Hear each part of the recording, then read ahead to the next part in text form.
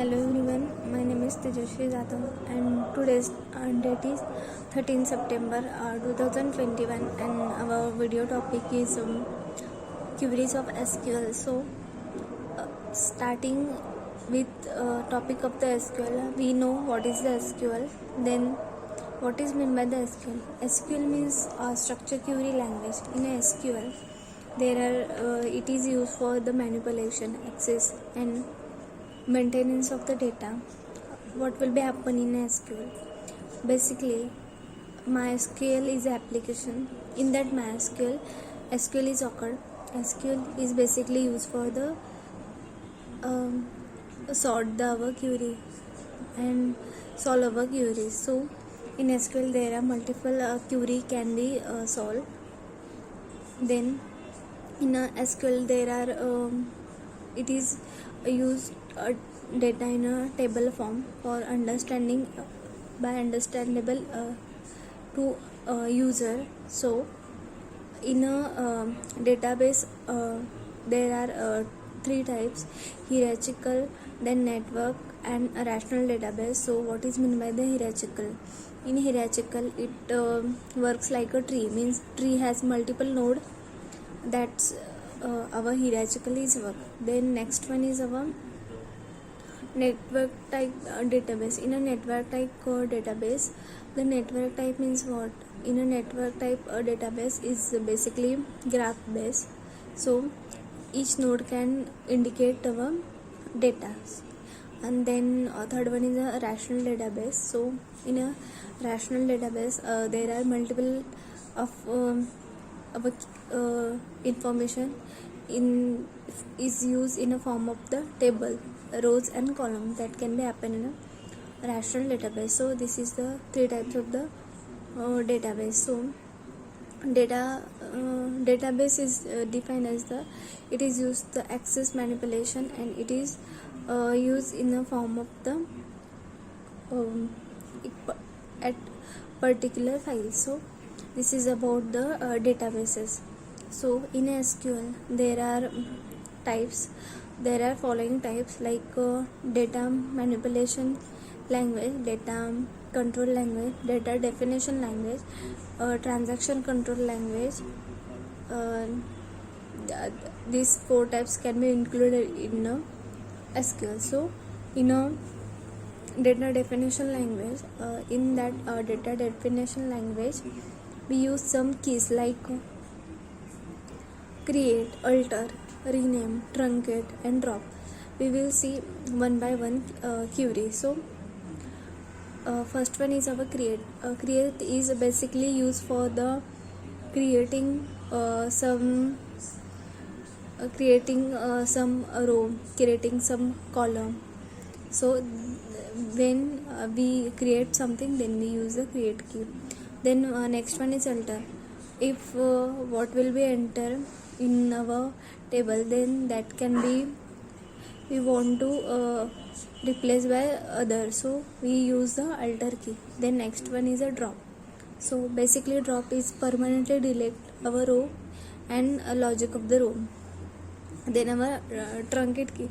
Truncate is basically permanently delete the data from the row. Then next one is rename. Rename is basically we take example of the rename. If we enter data like an employee ID, then it rename by the employee name, then rename is used. Then that all the queries means drop, truncate, rename, create and alter, that can be used in our data definition language. Then next one is data control language. In a data control language, the revoke and in a data control language there are two keys like drop and the revoke. In a drop, what will be happen in a drop? So in a grant, what will be happen? We take example to understand the grants.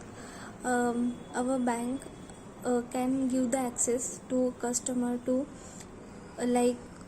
show the details, then account balance, debit balance, credit balance. Then it gives grant to the user, that some function. Then in a revoke, what will be happen? We take example to understand the grants. Our bank can give the access to customer to show the details, then account balance, debit balance, credit balance. Then it gives grant to the user that some function. Then in a revoke, what will be happen? bank does not give access to the user to what will be bank details, means bank owner details. So this will be revoked by the user, so this will not need to show the our user or customer, so this will be hide from the customer. Then we use the revoke. In a revoke, what will be give the privilege to the user that can be will not give in a revoke, and in a grant we give the privilege to the our what will be access to the that given some information. Then data manipulation. In the data manipulation, in data definition language there are three keys like insert, update and delete. So in insert, what will the use of the insert? If we enter the data like employee id, in that employee id we want to another data is enter, means we want to enter employee job id, so that can be insert by, then we use the insert. Then next one is update. If we give the salary of some employee, then it will be wrong, then we use the update key. Update is so important key in a SQL, so by using the update we can update the salary of that employee. Then rename, delete, sorry. Then if we want to delete some information in a row and column, then we use the delete key. So that key can be used in a data definition language. We see the data DDL, that's a data definition language, DCL, that data control language, DML, that data manipulation language, and TCL, that is the transaction control language. So then we see the primary key. So primary key, basically what will be happen, if we enter the data employee, then in that table we enter the employee id, employee name, employee salary, employee age. So one of the information can need the unique, so that one information is need to be unique, so employee IDs can be unique.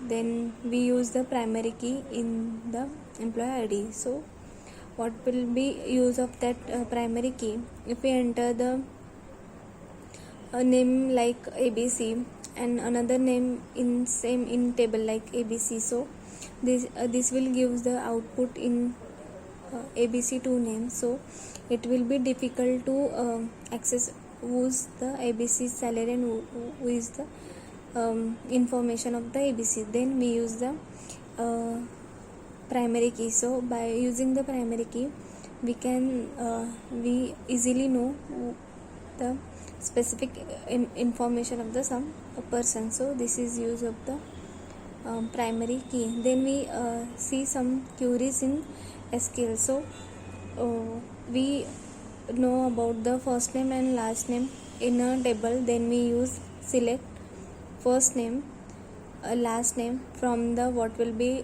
we enter the table like abc.employee. Then we get the first name and last name of the employee. Then we want to know about the what will be count of the employee. Then we enter the select count.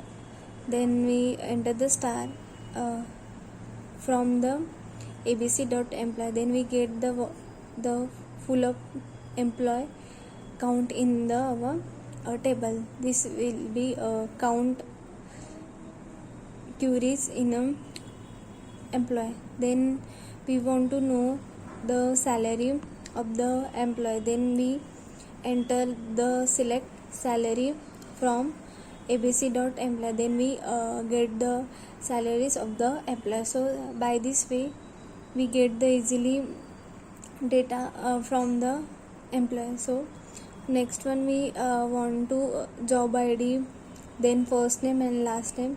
Then we enter the query like select first name, then comma, then we write the last name, then we write the salary, then we write the job ID from abc.employee. That's way we get the first name, last name with salary and job ID by using this we get and solve a query from the table.